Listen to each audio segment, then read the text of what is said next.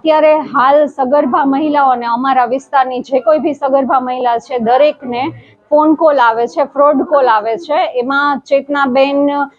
કરીને એમ કહે છે કે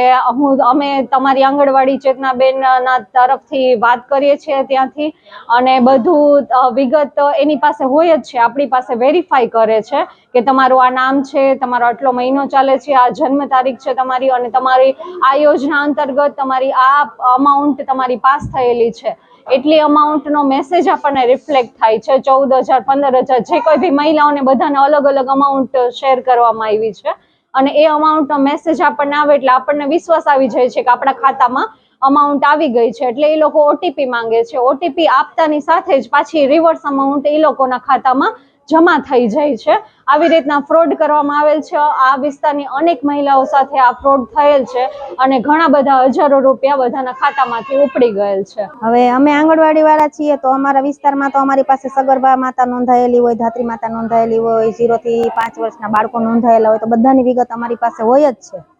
હવે હમણાં 2 દિવસ પહેલા એવું થયું છે કે ફ્રોડ કોલ, અમારા સગર્ભા માતા છે જે બધી પ્રેગ્નેન્ટ મહિલા છે એમને ફ્રોડ કોલ આવેલા છે, અને ફ્રોડ કોલમાંથી એ લોકો બોલે છે કે તમને આંગણવાડીમાંથી ચેતનાબેને તમારી વિગત આપેલી છે, એટલે ઈ બાને એ લોકો એમનું નામ બોલે છે, આધાર નંબર બોલે છે, જન્મ તારીખ બોલે છે, બધી વિગત ઈ બોલી જાય છે, અને કહે છે કે ચેતનાબેને માહિતી માંગી છે એટલે અમે તમને ફોન કરીએ છીએ। એ રીતે બેનો પાસે